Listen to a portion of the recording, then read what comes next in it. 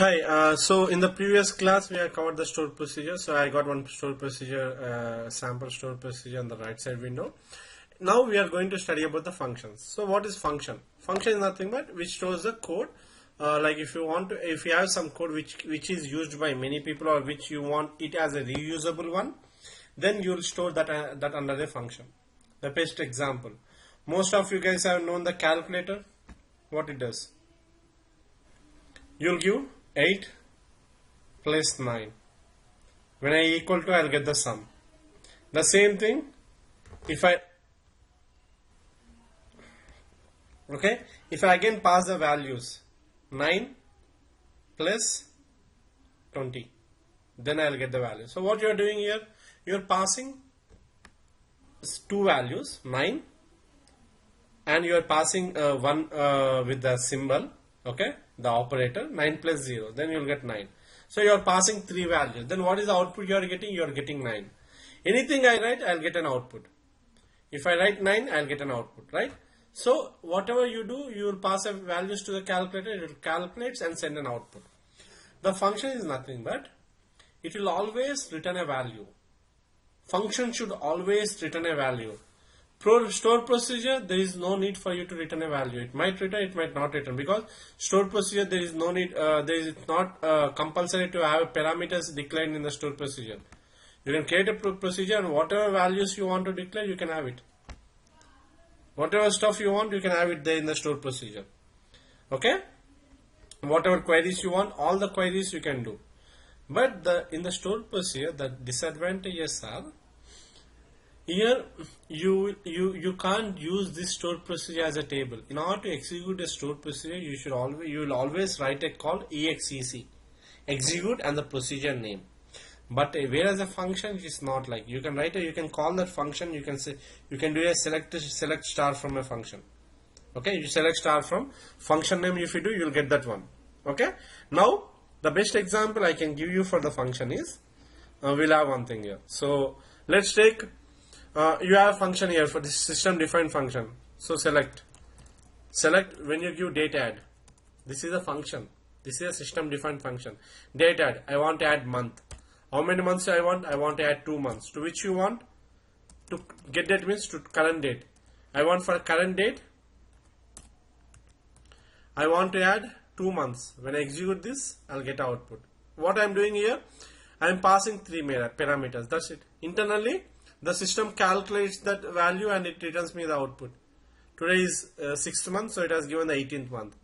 The same way, if you see some function called getDate is also a function. Okay, and execute it. So functions will always have open bracket and close bracket. It will not be like procedure, you will just give the name. No, function will always have a brackets. It will have a closed bracket and open bracket. Okay, in that brackets you will pass the parameters. Since the getDate doesn't have any parameter, but it returns some value. Function will always return a value. Remember, function will always return a value. That is the example. Now see, we have a date part.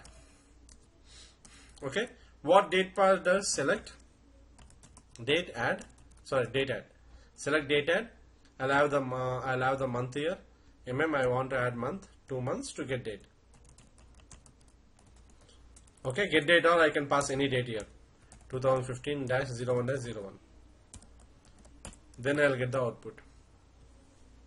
Okay, now if I want to add if I want to create a same function like in my name, currently I am using for date add, it's a system defined function, but I want to create the same operation with my name. Okay, with my name. So what I will do, because this is a reusable code, right? I can write simple create. Okay, always functions will be named as a function. And I said clearly one more thing, you should never create functions and store procedure with the other window, in a different window. Okay, like different window means not, you should always create separately. That's the reason I am copying that code to other window. You should always keep separate. Don't create a function and write like this is the way it has, right? Previous one, I have queries and I am creating a function. Don't never do that. Okay, sometimes you might do some wrong thing and it might mess up your, especially with the store procedures. That's the reason try to create a new window. I'll name the function as myself, I'll name it as a date add. Date add mine. I'll give data as mine. This is my function. And what I need to do is that I need to pass a parameters to a function. At the rate of value. This value, what it does, it will check whether it is a month or not. So this one I'll name it as a varchar. Varchar of 1. Or month is right. It is a, I'll name it as 10. I'm good. Then this is a bracket open. In the bracket open only you'll give this. Then I want one more call. 3 I need to pass for data add, right? And then I want the value. Then this is a value 1. Then I'll have a value 2. This one also I'll give it a value 2. I'll give it as an integer. Next I'll have at the rate of value. This one I'll give it as a day.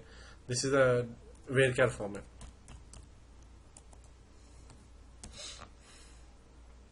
Varchar of 20. Okay, this is my function. Now inside the function, okay, always see functions, they're different types. So sometimes you will have one function different name, sometimes you will have different name. Okay, like the way you approach you write, that is different. So here I want to return a value. I want to return the final output. So final output will be a format of date. My final output will be the date, right? So I'll write it is a returns. Always functions should return a value. So I'll write the returns here. And there are different types of functions. We are going to learn about them. Okay, as begin, then end. This is the way you are going to write a code.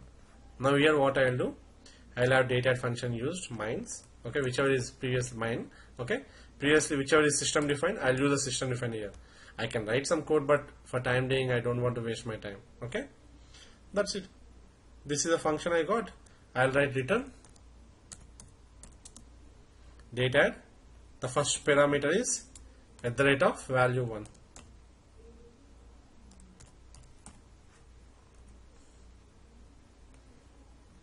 Second is at the rate of value 2.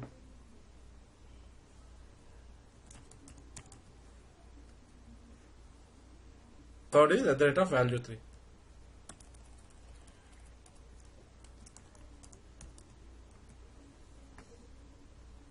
Value 1, value 2, value 3.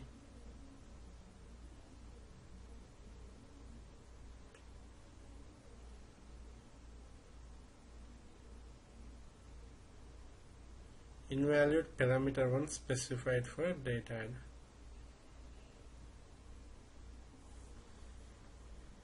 So you got it here written.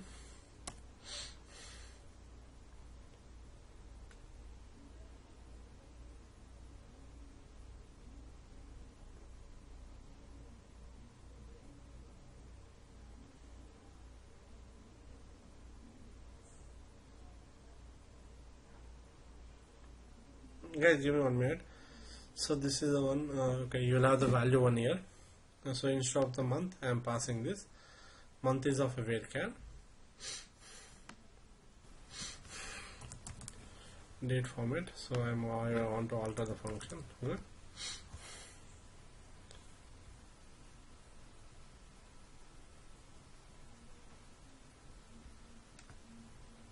Okay, while creating, I am getting a in value for value passed. So return date add. Okay. So in the SQL Server, right, for data and functions, you can never use the variables passed here. Okay, you can never use the variables passed. Always you should have the defined type here, defined predefined. Whichever you want, you have to predefine. If you want to pass the variables, then you have to create the dynamic script. That way you can do. Then it will work. Okay. Now I have the date function. So since I am not using variable 1, I will just delete it. Now I'll execute. The function is created. So when I give alter, it will be altered because previously I have created. Now I am giving alter. In the date function, you will never pass. So that's the reason you should always give the first parameter manually. There is no need for you to pass as a, it will not allow you to pass as a variable. Now I want to execute the function. How to execute the function is in the previous procedure in the previous process for executing the procedure you have used exec and the procedure name. But here for the function, there is no need for you to use that. You can directly write select function dbo dot, what is the function name? fn date admin, and I have two parameters, second value and third value. Second value is how many, first value is by default, I need to always separate months. How many months you want to separate? -2. From which month you want to separate? I want to separate from get date. I can give that one. See, get date is 6th date, so I have 6th month. So from 6th month I have separated 2 months, so you got 2016 0413. Okay, this is how the function was. Functions, there are different types of functions. You have the you have the scalar function, you have the function that returns multi values. Okay, you also have the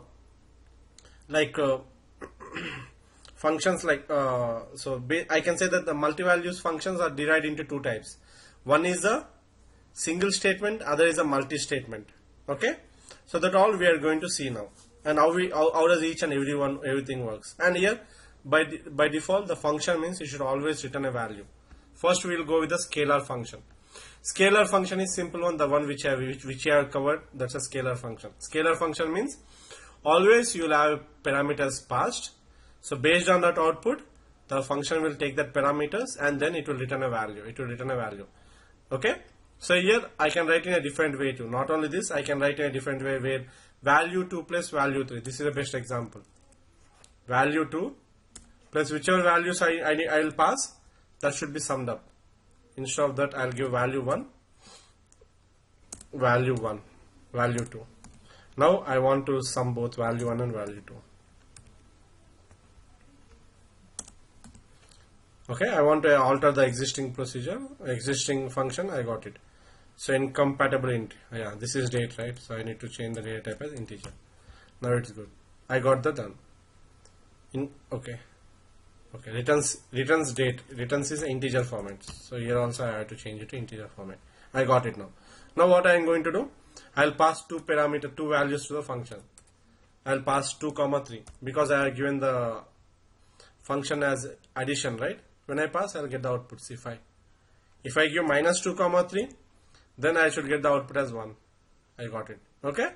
This is a scalar function. Scalar function means it will only return one value in a single column. That's it. It will not return multiple columns and multiple rows.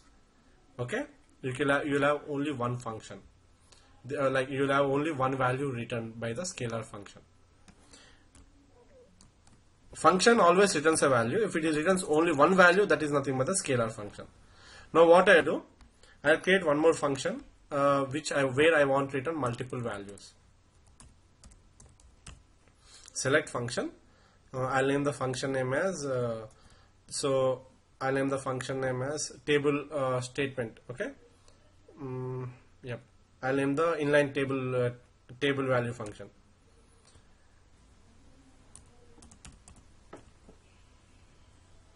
Or else I'll just give the inline table value function. This is the one I'll give it here.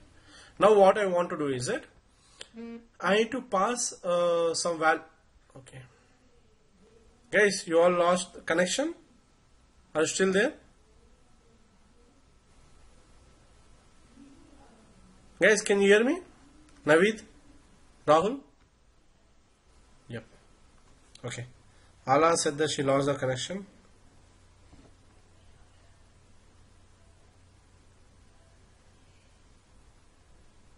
Okay, Ala is here now. So in the function, it will always return a single value. But my requirement is that I don't want to return a single value like this. I want to return a multi-columns value. I want to return it where when I execute the function, I should get multiple columns and multiple rows. Okay. So that function, it is nothing but it is an inline table. So basically there are different types of function. The first one is scalar function. First one is scalar. Second one is generally I will call it as an inline table value function. Table value. Okay. table valued function. Inline table valued means you will get like output as a table, like you will get columns and rows. Okay, if you want to get the output, then you have to create a function called inline table valued function. I'll show it to you now. And in the inline table valued function, always the function, in all the functions you can write only the select statements. Okay, you can write select statement, only single select statement you can write it in the functions. Okay, in the inline table valued function you can write select. When you go to the other functions, okay, like there is a this is the second type. We had one more type called multi statement.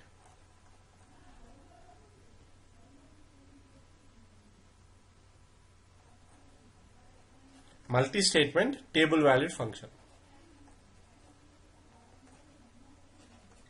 Multi statement table value function. So here in the multi statement you can write select, you can also write insert. Inside a function you can write select and insert. So that is nothing but the multi statement table valued function. In the inline table valued function, whenever you define, you can write only the select. In the scalar, you can't write select. It will only you can write only return, and what are the variables you are passing, you can pass that variables here. That's it. There is no return, there is no select. You can't write select in the scalar function.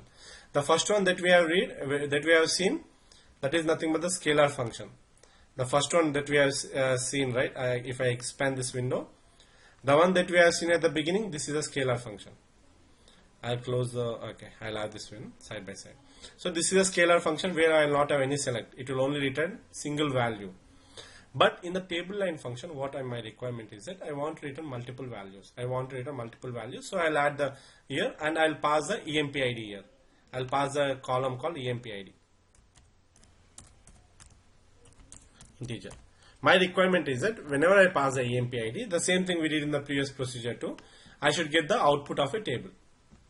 Okay, I should get the output of a table. So for this one, the syntax varies from the scalar function and in inline table valued function. Okay, in the scalar function you are given a begin, you are also given the return. But when you come to the inline table valued function, you will not give the same as a scalar function. Here what you are going to do, you will have the function name as it is, you will have this, then in the returns, okay, it is nothing but it is going to return the rows and columns. So you will give the return as table. After this, as here you will not have any begin and end. You will not have any begin and end in the inline table valued function. You will not have any begin and end. You will have just as return, and then you will have the query in the brackets. Whatever query you want to return, you will have the queries here. So my requirement is that I'll have the select star from. I'll go to the previous procedure and see which one I am using there. Okay, there is a table called SQL class EMP salary where EMP ID equal to. I'll have the same thing, select star from EMP class where EMP ID equal to. At the rate of EMP ID, I'll use the same variable. Okay, now I got this. This is a select for create function.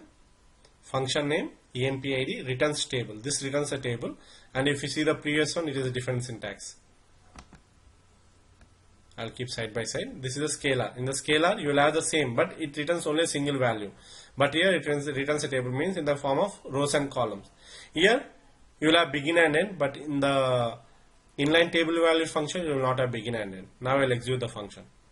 The function will be created. What I will do, I'll pass this function now as the same as a table. The previous one where we executed the scalar function is this one, right? Now I'll pass this function same as this one, dbo dot, and I'll pass the EMP ID 101. What happens now, since it returns multiple rows and columns, right? That's the reason I can't write it in the select statement. I should always write it in the from class. If I add the from class and execute it, now I'll get the data. See here, I can do it 102, then I'll get the data here. Are you able to get my point? Guys, yeah. So this is a inline table valued function. Inline. Now I'll have one more window. I'll move this window to the different group. Inline table valued function. I'll move to the different new group. So I got here. Now, what is a multi-statement table valued function? In the inline table valued function, you have created only the select statement. Apart from the select statement, if you want to have some other statement where you want to insert the data from the, you get the data from a different table and want to insert into a different table. And one more thing is that in this inline table valued function, the system automatically creates a table structure. It's create a variable type table based on the output of the values. But there is a one more called multi-statement table valued function. So what you will do, I'll name it as a multi-statement MS. In the multi-statement table valued function, you will give as it as the same thing, but what you are going to do in the returns, you are going to create the table structure here. Okay, and I'll name it as the table structure. I'll name it as since this is from which table it is coming, it is from the salary. So I'll name it as a EMP, and here I'll give the columns. What are the columns I'm getting? I'm getting EMP ID. I'll get only EMP ID. Okay. And you have to also give the this which data type it is. It is integer, or the way you declare the table, right? The same way you have to give it. Next, at the paid, or else I'll give EMP salary. Okay, these are the two columns. I'll give it as an integer. Done. Now it returns a column called the same. It returns a variable.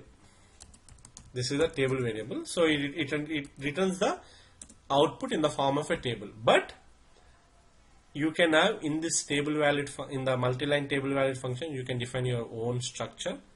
You can define your own column names. What are the columns and names you want, you can define. At the same time, you can have multiple statements too. In the previous one, you got only select, but now you are going to add one more statement here. So, and in the previous one, inline table valued function, you don't have any begin and end, but here you are going to have begin and end as begin, and here I'll have my statement. Insert into, when I want to insert data into a table, I'll write this, right? Insert into EMP.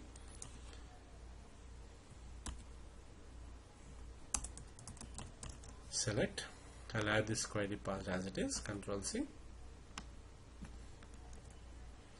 Because I am having only two columns, so it will be EMP ID, comma EMP salary. That's it. Okay, so now you can see the difference in the multi-statement table valued function. You got you got insert and select, but in the inline table valued function, you only got one select statement, and you don't have the begin and end here. Okay, so if you want to create any function based on your requirement, you have to create the function. It will be confusing, and if you know the syntax, that should be fine, because very rarely you will be working on the functions. Okay, now I am done. I have passed the parameters. After that, I need to say the return here. I'm good. Okay, now I'll execute the function. I'll create the function. I have the function. Now I'll take this Control C. I'll call the function here. Select this one also. You should always call it in the select start from operation. dbo dot. Here I want to pass it for 101. Then I'll get the data for the 101. Okay. Now see the difference. There are three types of function. The first one is scalar function. Next is inline table valued function, and the third one is multi-statement table valued function. First one is scalar, which returns only one value. Second one is inline table valued function, which returns rows and columns. But in this, you can write only a one select statement. In the multi-statement table value, third one is multi-statement table value function. It's a kind of same inline table value function, but it has some additional features. Apart from the select, you can also write insert query too, like multi-statements. You can write a multi-statement in that. That is nothing but the multi-statement table value function. So if you see the difference between all the three, yeah. Rightmost one is a inline, it is a basic scalar function. Second one is that it is an inline table valued function, and leftmost one is a multi-statement table valued function. Here I have two statements in the select query. Here I am having one statement. Here I can't write even the select statement here. Okay, I can't write the select because it returns only a single value. It will not return rows and columns. But in the inline table valued function and the multi-statement table valued function, it will always return multiple values, rows and columns. But the difference between them is inline table valued function, you can't give the table structure. By default, whatever the output you got, it will define the table structure by itself. Based on the output, it will define the table structure. At the same time, it will not have begin and end. But whereas a multi-statement table value function, you will have the begin and end. At the same time, you can also write insert. And the table structure that you are going to define here, you are going to define your own table structure. EMP ID, EMP salary. I can name whatever the columns I want, I can name it here. So everyone is clear with this, guys?